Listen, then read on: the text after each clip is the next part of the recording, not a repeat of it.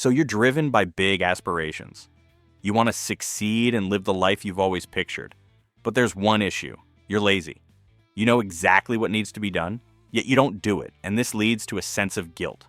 Because deep inside, you're aware you could accomplish much more. That guilt piles up over days, weeks, and months until it eventually morphs into acceptance. Then the new year arrives, bringing with it the very same goals you set last time. You begin enthusiastically, propelled by fresh motivation and perhaps a bit of wishful thinking. But before you realize it, procrastination appears like an uninvited guest who never fails to show up at the worst time. Your lingering habit of putting things off becomes a daily pattern of laziness, and all too soon you label yourself a lazy person. How do we break this cycle and finally escape procrastination? While countless videos online tackle procrastination, most only fix the surface issues like cutting down on social media or hiding away potential distractions.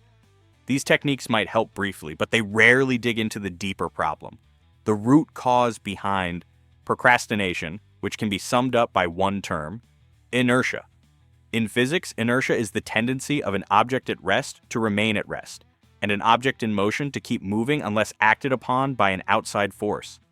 According to Wikipedia, this concept is part of Newton's first law of motion, which not only applies to physical objects but also to how we handle our tasks. Getting started on any undertaking, no matter how simple, demands an initial boost of energy to overcome the resting state of inertia. And that is precisely the stumbling block. We imagine this first push to be so overwhelming that we'd rather avoid it entirely, distracting ourselves with fleeting, dopamine-fueled activities. To overcome procrastination, we need to defeat inertia, and there are two primary ways to do that. The hardest part of any task is starting, so make that first step as small as possible.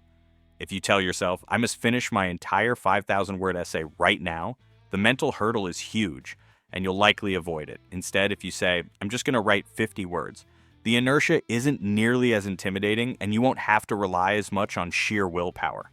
Another popular technique is the 2-minute rule, credited to productivity experts like David Allen. If you really can't face the work, promise yourself you'll do it for just 2 minutes and then stop if you want. For instance, if you need to clean your room but lack motivation, put on a short song, tidy up during that track, and stop when the music ends. In most cases, you'll keep going beyond those 2 minutes, or you'll write more than 50 words. This happens because objects in motion tend to stay in motion.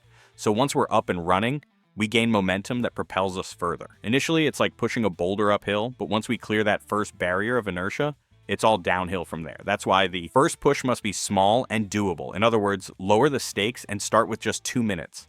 You can use these two methods in any area of your life: getting to the gym, developing a side project, nurturing your relationships, or anything else you can think of. As Martin Luther King Jr. famously said, you don't have to see the whole staircase, just take the first step.